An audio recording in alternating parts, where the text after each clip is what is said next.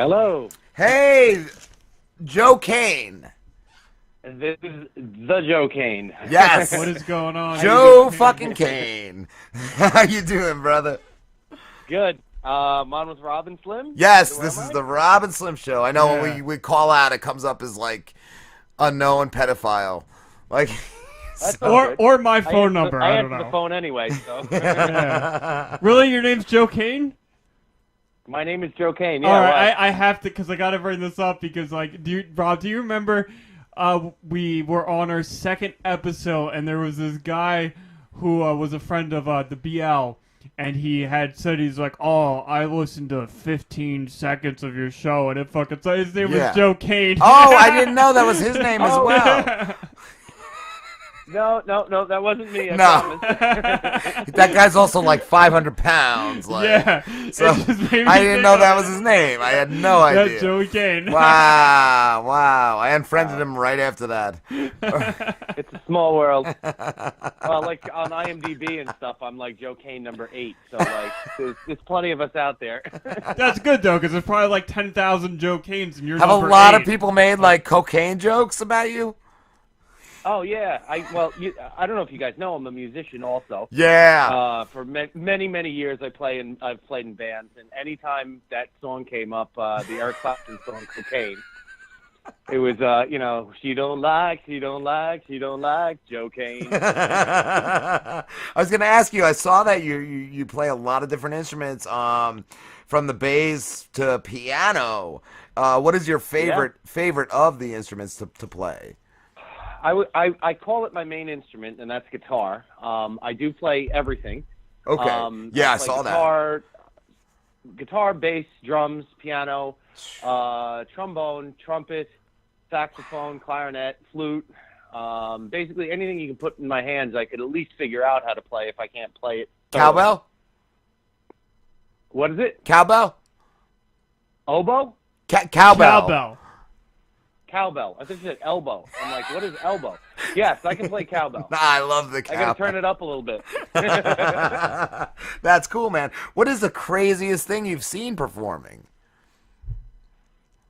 The craziest thing I've seen performing? Yeah, like at a live event. Probably a group that I went out and saw, and in the middle of their rock set, it was standard rock band.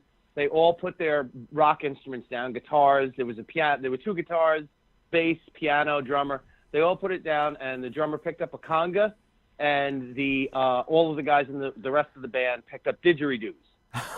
I love And the there was an didgeridoo. entire band of didgeridoos, which is probably one of the most unique shows I've ever seen. That's Wait, cool. I don't even know what a didgeridoo It's is. like an Australian like jaw harp, right? Like it's like a little like. Oh, it's not little. They're like 6 feet long, 6 foot long tubes, and they pulled these suckers out and played a song on it. I remember being completely blown away, and I still to this day have no idea what the name of the band was, but I would honestly never go see them again because that was a little scary. That's crazy. That's crazy, man. And how long have you been performing and playing music? Well, I've been playing music since I was about 16, so 20 some odd years, playing out professionally. Cool. And then I got into the film world and also in the podcast world too, like you guys. I saw that. I saw you just had Juliet Miranda on. We've had her on as well. She's awesome, and her husband David the producer is a great guy. Yeah. They're good people. Yeah. Very good people. Yep. She's a heavy drinker and a good time. So, but no, she really good interview. She's very down to earth. It's cool talking to her, and we've had some cool interviews in the past couple of months here. Now I was going Which to has ask been your fun. your podcast. You interview directors, producers, actors, and more. And I was going to ask like, what is one of your favorite people that you've interviewed? Oh boy! Just recently, we interviewed Tonya Kay, who was just very interesting to me, and she is she does all like what would be considered sideshow stuff. She lights herself on fire. She's a stunt woman. She walks on stilts, and she grinds a metal grinder against her cod piece on stage, and then she's a straight up actor doing like serious roles too. So wow, she was really interesting.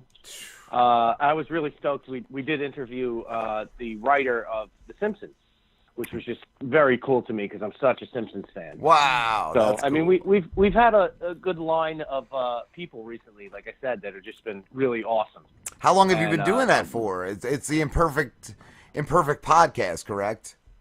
The Imperfect podcast. We're on iTunes and SoundCloud. You can find us on YouTube, and obviously on our website. It's hecklerkane.com. A little plug there. Nice. But we've been doing it. It'll be February. This February will be a year. Cool. When we started. Cool. And it's been a slow burn and a build up, like anybody's show. I mean, you guys have been on for about 3 years now. Is it about that? Technically 4? Well, wait, 2014 was our first show. Okay. So yeah, so I was figuring about 3. About 3. We did. We had another show 4. before this that we canned. After about a year, I'd say 6 months or 8 months. But then we did this. We're in a 3rd season now, so yeah, it's about 3 years. Yeah. All right. So it's good. That's longevity and commitment. Yeah. That's the one thing I found about the podcast. It's not. There's a lot of people out there and go, oh, you just do a podcast so you get together and talk and whatever. But I mean, there's research behind it. You spend hours researching your guests to make sure that you, basically don't sound like an idiot when you get them on the phone and be like, hey, how's it going? That's the only way to get something. Rob does. I'm a lazy bastard. Well, like it's the only way to get something worth listening to. Like, well, what do you do? You make movies, you talk. Like, otherwise you're gonna sound like a fucking moron if you don't. That's a good point. Yeah, I mean, well, you guys came off right off the bat. You knew I was a musician and all that, so yeah. You obviously did some homework. Yeah, I did. What I was going to ask too, you guys, your film company, Heckler Kane. How have you been doing that? As long as you've been making music, like what came first? All right, so about the time I started music, I was making stupid little films with my whoever was around on my VHS recorder and figuring out how to do that. It's basically been in my blood. I was an actor before the company started. Cool. So basically the performing life has always been my life in particular. I started as an actor. I was an extra on almost everything in New York that filmed at one point or another. Third Watch, and one of the Law and Orders. I don't even remember. Just a whole bunch of movies, and these are all mostly extra work or one line of dialogue or something very simple like that. Any Maury Povich shows? No. Good. I tried to keep it straight. Well, there was a point probably about 8 years ago where I came to the realization I was auditioning for a part, and the part happened to be my current business partner, Wayne Heckler, and he was doing a thing for Nickelodeon at the time, and I auditioned for it. I got the part, and lo and behold, it ended up getting dropped and never coming to fruition. Yeah. But obviously, I developed a relationship with him. We opened the company. Ended up being about 5 years ago. We opened the Heckler Kane Creations. And then came on board Sal Conca and my brother Danny Kane, who are now partners in the business. And man, we do so much stuff. It's like it's all the podcast has been a great avenue for us to discuss things that we're doing and get insight from other artists who are out there doing stuff, and really give an educational platform for those trying to get into the business. But I mean, we started out, we had nothing. It was let's try to figure out how to do it. We didn't have a camera, we didn't have anything. We were borrowing, pleading, and stealing, and we just basically tried to create something out of nothing. And that was the whole premise of Heckler Kane Creations and why we use the name Creation. That's cool. And, it was, what can we make from nothing and make it into something? Mm. And we always said it was bigger than ourselves. So that's cool. We've done probably about 8 or 9 shorts at this point. We've done a whole handful of music videos and some commercial work and some other things to pay the bills. Yeah. And we're at the point now we're looking into feature films and where we're going, and we're still early in January, so we're trying to figure out where we're going with this year. What do you guys do? Like, does each of you do something different in the filmmaking process, or is it just like you guys just step up to the plate when needed, or how does that work? Well, we do have our strengths. My main strengths are I direct. I also do a lot of cinematography, and I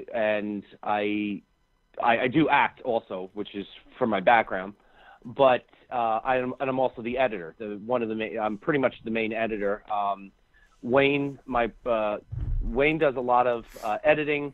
He directs stuff, and he does a lot of the producer end of stuff. Sal is basically a producer. He's directed some of the stuff that we've worked on, and he comes up to the plate. He's our main marketing guy, and he gets us out there, and from the production end of it too. He's really on top of. He's the only one of us that's organized. Basically, we're all creative people, and he's the one guy that loops us all in together. That's cool. And my brother Dan, who is also part of the business, he's a sound guy. He does a lot of sound for different projects, and he also he does some of the production work too on how things are produced and put out there. What do you guys do? So we do. Oh, I'm sorry.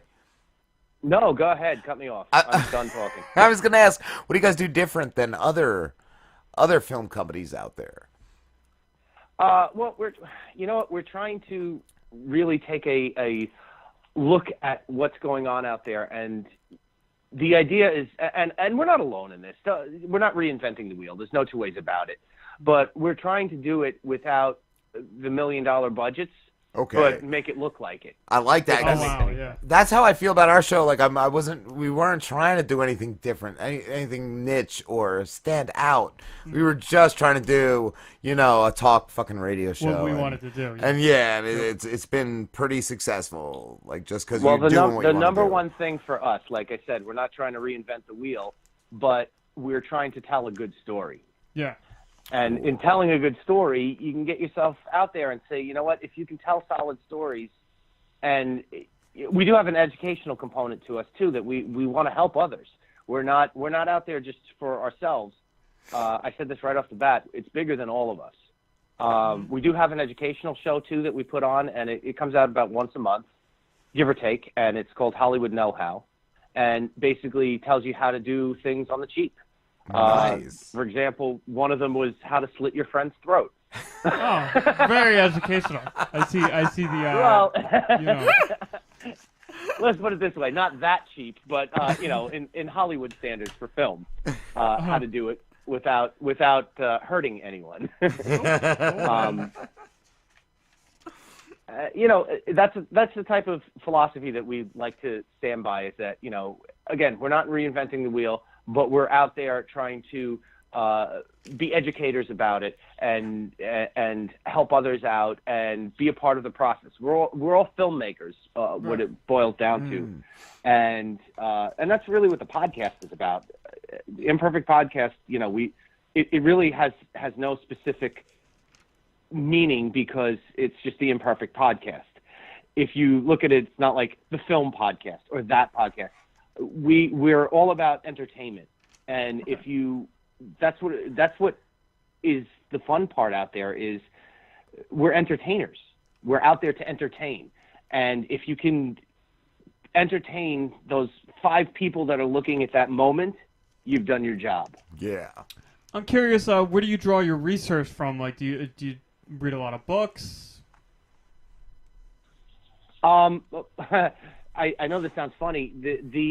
My wife was a film major in college. I was a theater major in college. I majored in theater going into that, and I ended up directing high school plays and off-Broadway plays for 12 years.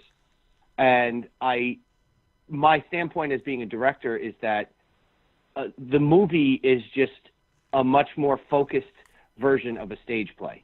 Like, you go to see a stage play, and if you can move somebody on a stage play, you can move somebody on a in a film. Yeah. With a little more focus. They say the best actors come from the stage as opposed to somebody who's just out there going and doing that. And I'm not saying I'm not trying to pat myself on the back. I'm not the best actor in the world, but it's that stage combat of basically trying to figure out how to do something in front of an audience. That's where a lot of the Hollywood techniques and stuff for Hollywood know-how come from.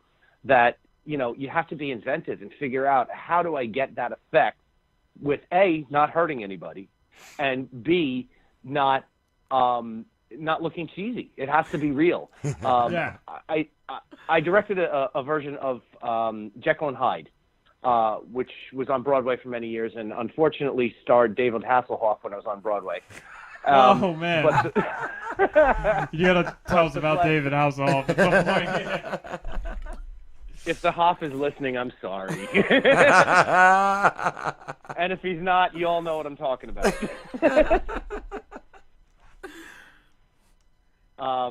And we did this, and basically I had to come up with about 30 different ways to do different blood effects on the stage. And I used practical effects that were blood squibs and things like that on stage in a theater. Wow. And it was something, people came up to me afterwards and were like, I've never seen anything like that on theater. Wow. And that was kind of one of those things in the back of my head that said, you know what, I'm looking at people don't see that except in film. So I started applying those premises to how did I figure out how to do this for the theater to put it out there for people to see in film and learn how to do it. See, I'm just thinking a lot of ketchup. A lot of ketchup. a lot of sticky corn syrup is more hot sauce here and there. I think ketchup washes off better, just smells worse. That's cool though, man. That's a great compliment to get. Yeah, you know what? It's something that has stuck with me. That makes me want to drive to keep going and go. Okay, well let's be inventive and again boils down to the creativeness and that word creative. Yeah.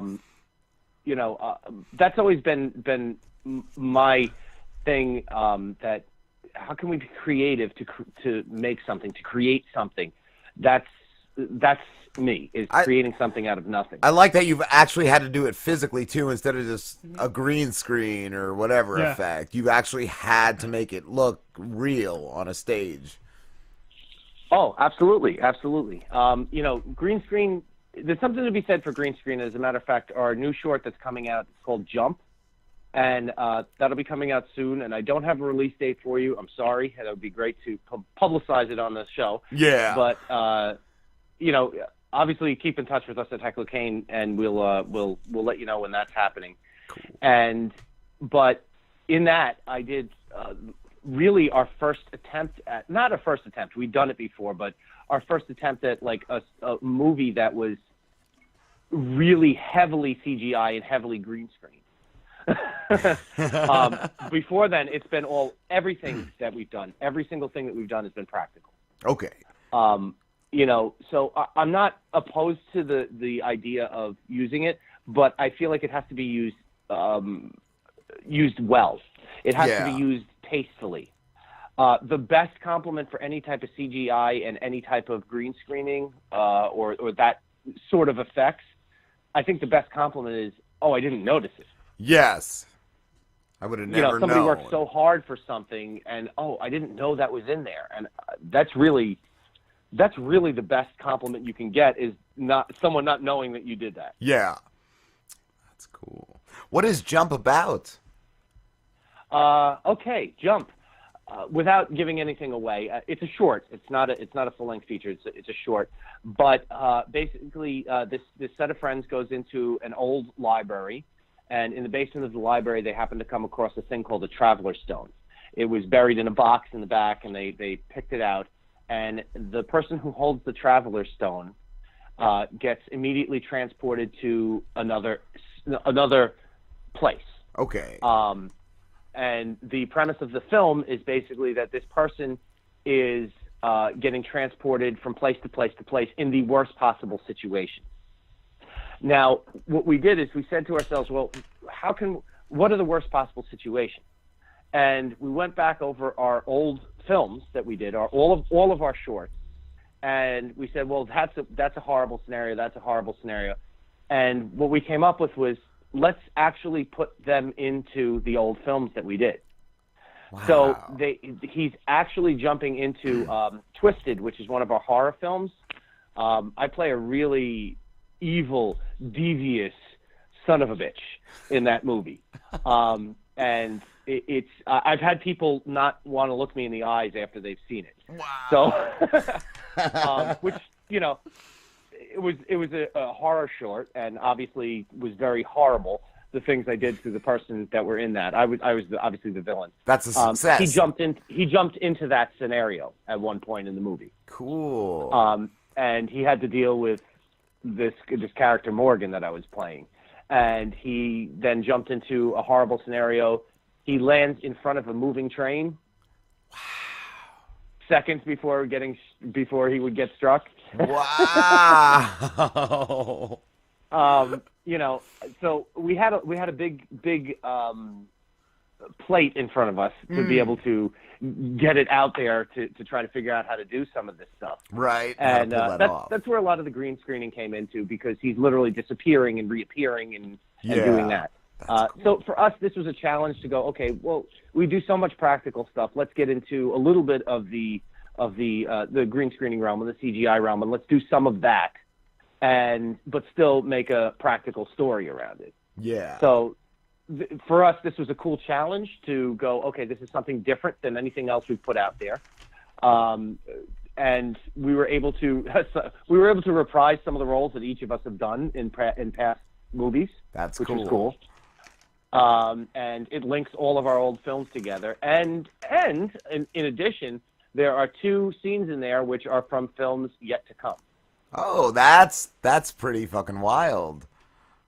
So we really stretched ourselves and said, okay, well, these are things that we're writing into things that are coming. Let's film it for this and go, okay, well, that's going to be how that scene boils out. I like that, man. That's cool. Nice, yeah. Dude. Like 2 birds with one stone. It's exactly. Well, you know what? If someone sees it and they've seen any of our other work, they go, okay, that's cool. But on the same note, it's not just propaganda for our other films. And it's not just old stuff. Exactly. It's got new stuff, and the story itself stands alone. Cool. That's great, Joe. Joe, we have to wrap this up, dude, but thank you so much for talking to us. No, I really appreciate you guys taking me in and taking me in. Into your wig. Cool. Yeah, dude. Where can everybody find you? You can find me at hecklerkane.com. On Twitter, we are at Heckler Kane Inc. We are on Instagram, same Heckler Kane Creations. On YouTube, Heckler Kane Creations. You can hit me up personally on Twitter, which is at Imperfect Joe. For the Imperfect Podcast. And awesome. Yeah, we answer back. We're there. We're at the other end of the line. Awesome, dude. Thank you so much, brother. Rob, Slim, it was a pleasure, man, guys. And I guess I'll talk to you soon. Absolutely. Yeah, man. Have a good one. Take care. Bye-bye. See you.